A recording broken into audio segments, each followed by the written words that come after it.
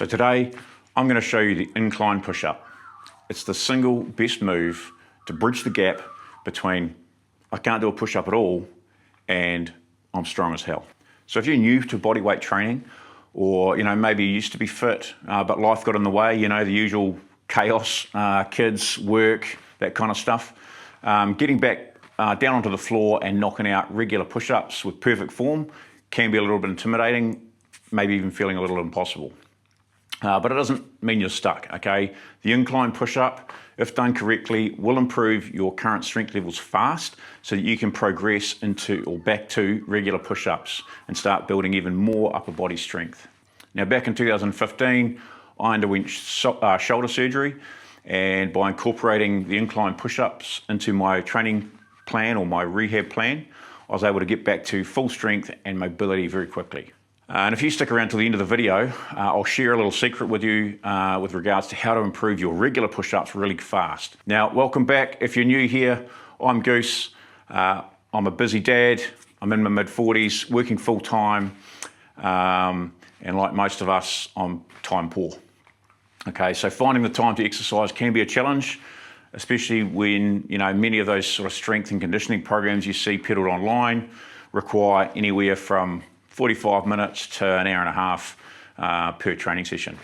I don't know about you, but that I haven't got the time, okay? Instead, I focus on building functional strength while spending minimal time in the gym. And today, I'm gonna break down the incline push-up for you. Now, a lot of people scoff at the incline push-up, but you need to ignore them, okay? Now, I don't know about you, but I certainly find this easier now that I'm over 40. It was almost like overnight, I stopped giving a what other people thought.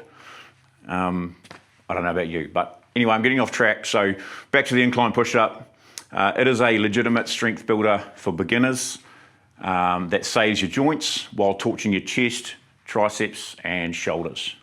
So I'm going to cover off exactly how to set it up, the common mistakes that are made when you're doing the movement and that make it less effective and slow your progress, and most importantly, the specific rep ranges that you need to work in to actually see some progress. So why do incline push-ups? Why not just force yourself down into that regular push-up position on the floor and just knock out sloppy reps with poor form? Why not do that? Well, here's the thing, okay? Gravity is undefeated, okay? You will lose and you will get injured. Now, this is because when you're doing regular push-ups, on the floor, you're lifting 65, 70% of your body weight, okay? And if you haven't trained for a little while, maybe a decade, you're carrying a little bit of, dad weight, or like me, you're returning from an injury, that is a massive amount of load for your joints to handle cold, okay? So it's a recipe for injury. And let's be honest, injuries suck, because not only do they slow your progress down, but if you're over 40 like me, you will take longer to recover from that injury, okay? That's just a fact, okay? So what we want to do is minimize the chance of injury, get stronger, and we can do that using the incline push-up, okay? And the way it works is that you elevate your hands, okay? By elevating your hands, you are manipulating leverage, okay? You reduce the load to something that is manageable for you. All right, so it's scalable. This allows you to focus on achieving perfect form with every rep, okay, which reduces the risk of injury while maximizing the strength gains for you. Also, for us guys over 40, joint health is everything. So if you've been out of the game for a little while, okay, doing regular push-ups on the floor can force your wrists and shoulders and stuff into angles that can be pretty unforgiving if you lack the mobility to do them. Okay, the incline push-up, however, opens up that angle and lets you, tuck your elbows naturally, saves your rotator cuffs, and saves your wrists from just getting chewed up, really. Okay. Now, the incline push-up, it isn't rocket science. We're not sending people to the moon. Okay, it's a simple movement. There's just a few key things to make sure we're aware of. All we're going to be doing is scaling the movement from a regular push-up, which might be a little bit too challenging for you, to something that's more manageable, okay? So you can improve your strength while avoiding injury. This will allow you to graduate to the regular push-up. So let's talk about setup. One of the best things about this exercise is that you don't need traditional gym equipment, okay? You just need an elevated surface. If you are a complete beginner or coming back from an injury, start high. That's my recommendation. For example, you could start on a wall if you have to. I started on the wall after my shoulder injury, okay, and then I just progressed throughout the movement and just lowered myself over time to make it more challenging, okay? So when it comes to working off the wall, okay, the further you are from you position yourself from the wall, or the further your feet are from the wall, the more challenging it's going to be. And that's the same if you're working off a bench or a table, okay? The further your feet are from the platform, the more challenging it's going to be. Now, when you're working off the wall, you can, if you're still having issues with your wrists, okay, what you can do is just use clenched fists like so, and just have them pressed against the wall. Okay, it's just another alternative if you're still struggling with wrist pain. However, for most people, you know, a kitchen counter, a table, something around about hip height is the perfect starting point. Okay, as long as it's sturdy, you know, it's going to take a significant amount of weight off and will allow you to start repping out, hopefully, perfect form. Now let's talk about the starting position. Okay, you want to place your hands slightly wider than shoulder width, pretty much thumbs sort of in line with your armpits is about right, okay? And then from there you step back until your body is in a straight line from your head to your heels, okay? And this is the starting position. And like I said, in terms of your foot position, the further back you are from that platform, the more challenging it's going to be. So just test and adjust. From this position, make sure that your arms are fully locked out, okay? And what that means is that you should feel a bit of a stretch across your shoulder blades, okay? And your inner elbows and your biceps should face forward, yeah? This stops your chest from sagging, okay? And then from here, you just apply full body tension. And what this means is essentially you're going to flex your quads, and you'll kind of feel like your kneecaps kind of lift a little.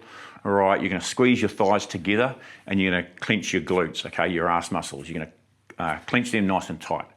All right, and at the same time, you're going to squeeze your abs. All right, this is going to rotate your pelvis slightly and remove any arch from the small of your back.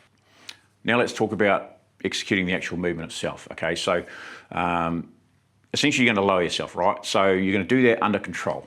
Don't just drop like a sack of shit. Okay, instead, what I want you to do is bend your elbows and either keep them tucked in close to your sides, or you can allow them to flare out slightly, and you'll kind of make an arrowhead type shape.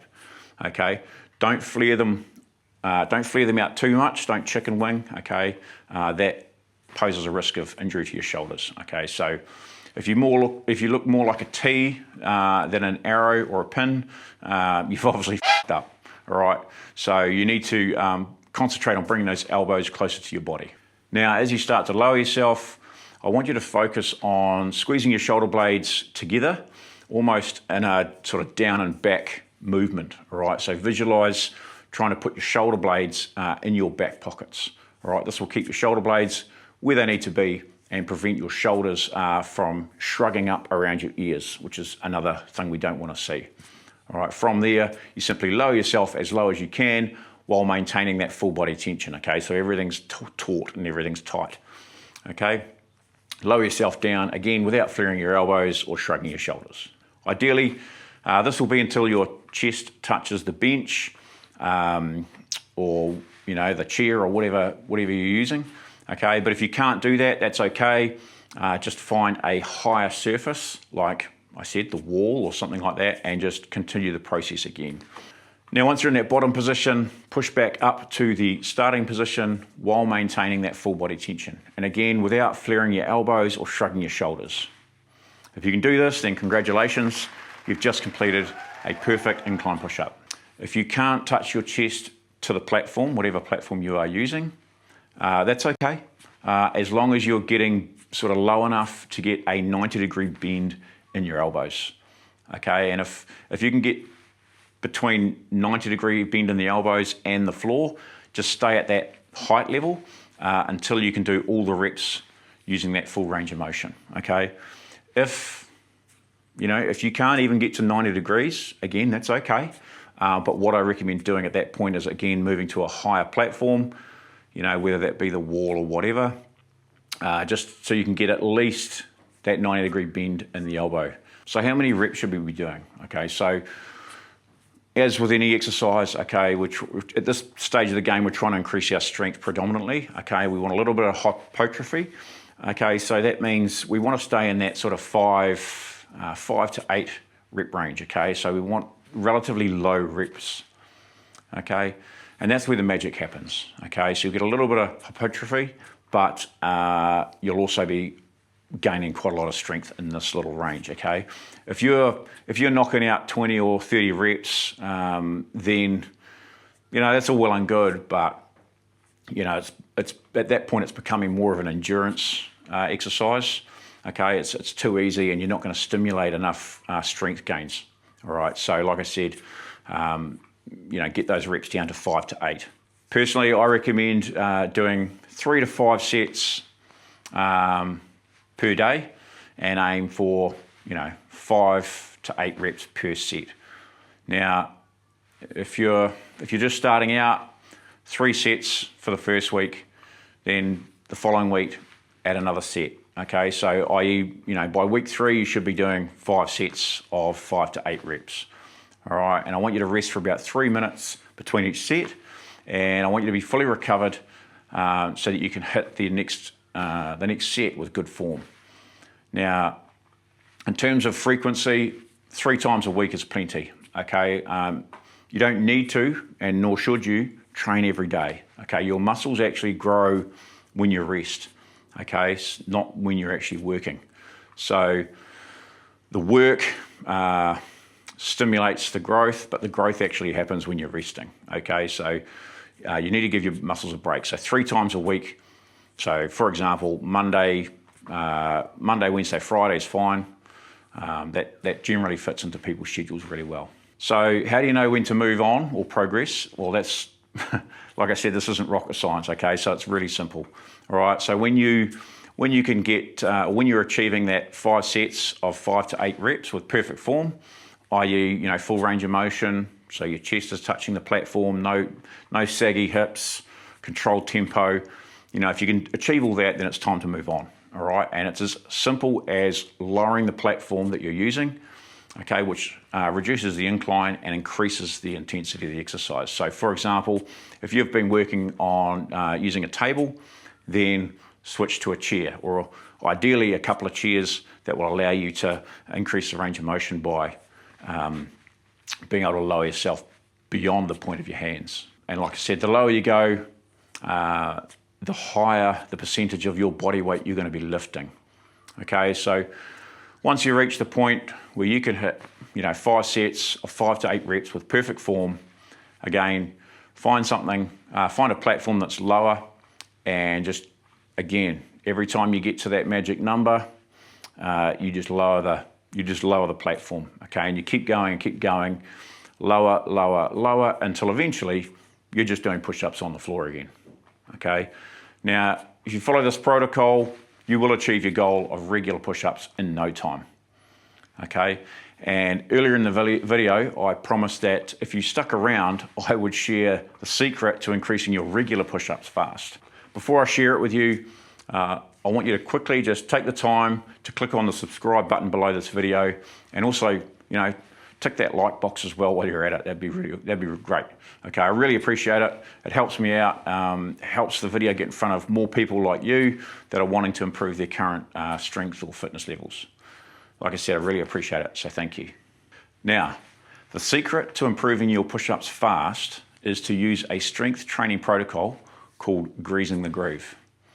So once you're strong enough to do ideally 8 to 10 regular push-ups with perfect form, and they must be perfect, which won't take long if you follow the incline push-up plan we've talked about, I strongly recommend that you do the grease the groove protocol.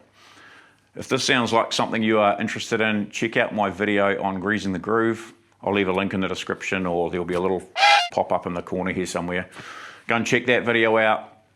It's a really awesome little protocol.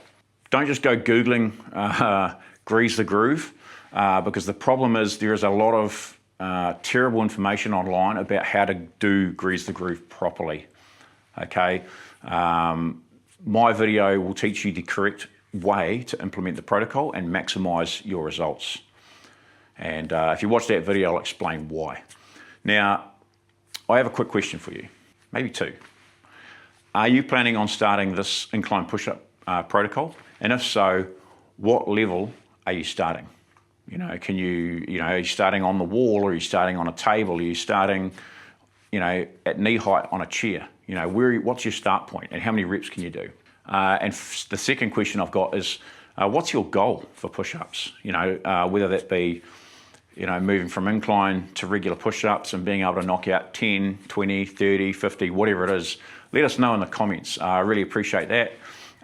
It's also a great way for us to hold ourselves accountable. Finally, there's an old saying for you history buffs, and that saying is, if it's good for the goose, it's good for the gander. So if you want to know more about developing functional strength after 40, be sure to subscribe to the channel and check out my other videos.